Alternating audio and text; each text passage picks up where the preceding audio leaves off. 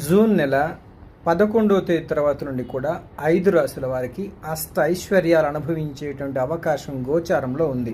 ముఖ్యంగా మేషరాశికి, వృషభ రాశికి, సింహరాశికి, తులారాశికి, కుంభరాశి వారికి తిరుగులేదు. కానీ చాలామంది ఏమనుకుంటారంటే ఈ రాశులు జన్మించిన వారికి కూడా అప్పులు ఉంటాయి, కష్టాలు ఉంటాయి, దాన్ని ఎవరు ఆపలేకపోవచ్చు. కానీ ఆపడానికి గ్రహస్థితి చాలా అవసరం. జాతకంలో గ్రహాల యొక్క స్థితిగతులే మనిషికి ఉన్నటువంటి నష్టాలు, కష్టాలు, బాధలు, ఇబ్బందులు, సమస్యలు. దయచేసి వీటి గురించి గుర్తించండి. వీటికి సంబంధించిన పరిహార మార్గాలు పాటించండి. కొన్ని దేవాలయానికి వెళ్ళండి, దీపారాధన చేయండి. భగవంతుణ్ణి ఖచ్చితంగా నమ్మితే మీకు తిరుగులేని మార్పులు చూస్తారు ఈ రాశిలో జన్మించిన వారు. ఎందుకంటే మనకు అష్టైశ్వర్యం అనే పదం ఎందుకు వాడుతున్నానంటే ముఖ్యంగా కలియుగంలో అప్పులు, డబ్బు సమస్య ఎక్కువగా ఉంటుంది ఈ రాశుల వారికి.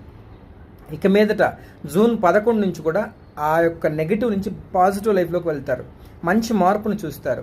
దీంతో పాటుగా మీరు తెలుసుకోవాల్సింది ఏంటంటే అసలు మీ పేరులో ఉన్న సంఖ్యా దోషం ఏమైనా ఉందా, పేరులో ప్రతి అక్షరానికి ఒక విలువ ఉంటుంది, ఆ విలువ మీ పుట్టిన తేదీకి సరిపోతుందా లేదా, ప్లస్ మీరు జాతకంలో దోషాలకి కొన్ని దేవాలయానికి ఖచ్చితంగా ఎలాంటి దీపం పెట్టాలి, ఏ నూనెతో దీపం పెడితే మంచిది, ఇలాంటివి ప్రాక్టికల్గా తెలుసుకోగలిగితే తప్పకుండా మీ జీవితంలో మార్పులు ఉంటాయి, మీ స్థాయి మారబోతుందని తెలియజేస్తున్నాను.